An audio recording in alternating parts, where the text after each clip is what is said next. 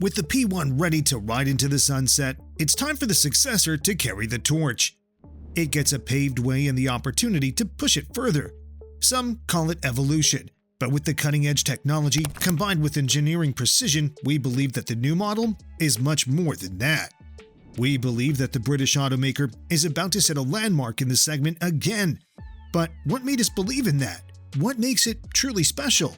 This is the story of the worthy 1,258 horsepower P1 Successor, the new McLaren W1. The new McLaren W1 design. Every time McLaren released a new supercar, it set a new landmark, and why would things be any different in the case of the W1? The P1 is ready for a well-deserved retirement, and it certainly left a significant influence on its successor. Just look at that styling. Shape, proportions, aesthetical elements. It's clear that this is an evolution. However, evolution brings changes in the way that W1 has a sharper look and more parts that serve a practical purpose to improve aerodynamics.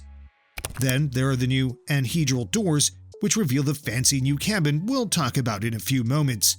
But first, let's stay with the exterior design for a bit more and focus on that wonderful new chassis.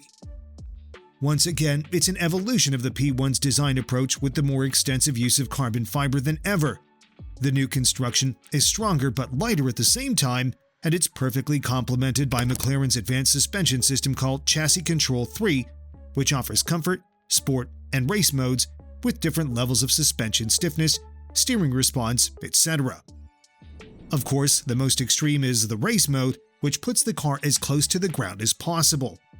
At the front, you'll find titanium bars along with uprights and control arms that are, believe it or not, 3D printed and, once again, designed to save some precious weight. By the way, while McLaren still hasn't specified, we estimate that the new car will weigh around 3,300 pounds, which seems quite impressive for something with a plug-in hybrid powertrain. At the rear end, McLaren installed active links, while all four wheels feature massive 15.4-inch carbon ceramic brake rotors with front discs supported by 6 piston calipers and rear ones with 4 pistons. Of course, Pirelli P0R tires are standard, but you can also get Trofeo RS for ultimate track performance. Now, let's get back to that gorgeous body again. As mentioned, it's all about aerodynamics, and McLaren really pulled out some technologies from the Formula One program to maximize performance and driving experience. This particularly refers to high-speed stability. The W1 is full of active aerodynamic elements, like that wonderful rear wing that extends backward by an impressive 11.8 inches. According to the manufacturer, that adds over 2,200 pounds of downforce, plenty enough to keep this monster stuck to the ground. Powertrain. Although the new McLaren W1 represents an evolution of the P1, things under the hood are rather all new. The British automaker brings a completely new twin-turbo V8, once again with 4 liters in displacement, but with significant differences compared to the previous unit. As a result of various upgrades, the engine is capable of pumping out even more power.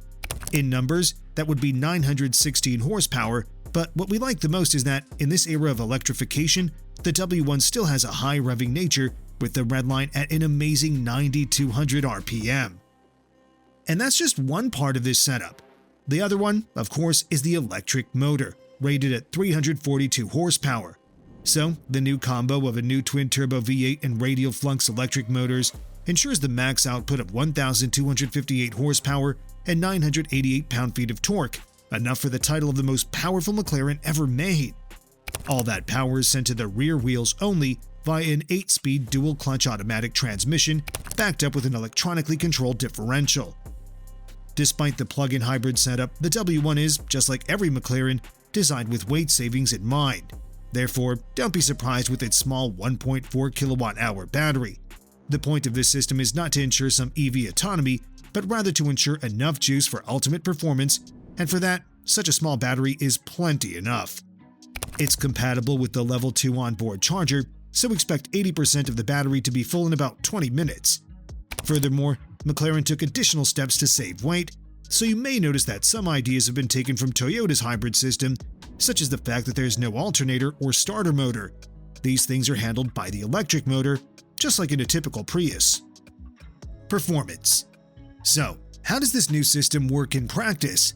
Well, we can say that the results are quite impressive. With all that power, it's not surprising that 0 to 60 takes around 2.7 seconds. It's an impressive time, but it's worth mentioning that the significantly lighter and also significantly less powerful McLaren Artura is 0.1 seconds quicker. But things quickly start to change as the W1 takes the swing and starts climbing to a higher speed. It needs just 12.7 seconds to hit 300 kilometers or 186 miles per hour, while the top speed goes up to 217 miles per hour. But the W1 is much more than just numbers. It may be primarily a street hypercar, but its track performance is spectacular. We still didn't get the exact time, but the manufacturer claims that the W1 is 3 seconds quicker than Senna in the Nardo track. Also, let's not forget the drive modes we talked about. In the race mode, you don't only get stiffer and lower suspension.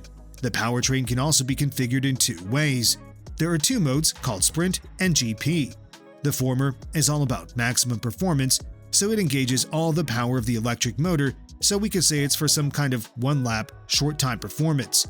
The GP mode, on the other hand, distributes electric power more carefully, preserving some of the juice for later, ensuring consistent power delivered throughout the whole race, for example. Finally, there's a button on the steering wheel that boosts acceleration for a short time. Moreover, there's another button which adjusts the wing and reduces drag. Interior design.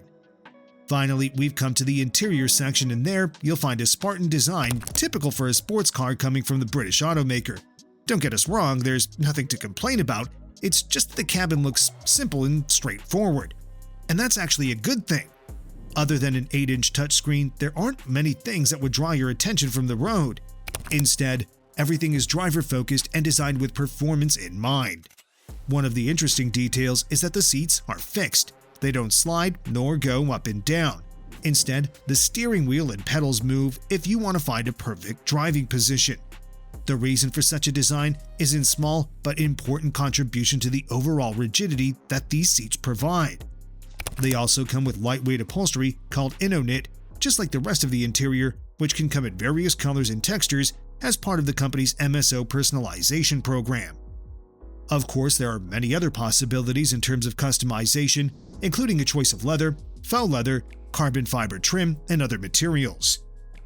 And while sports cars are never too generous with passenger space, the company claims that the W1 provides the most intelligent use of space of any McLaren yet. The space has been enhanced by concave sections on the inside door panels and a cantilevered door fin blat that floats away from the occupants. As for the storage, there's a bit of room behind the seats, enough for a couple of bags and helmets, according to McLaren's claims. Technology-wise, you get the aforementioned 8-inch screen, which may not be the biggest one around, but comes equipped with Apple CarPlay. Furthermore, both USB-C and USB-A ports are there, and you can also get an optional Bowers & Wilkins audio system. Release date and price. The all-new W1 is coming next year, and it will be really hard to get one.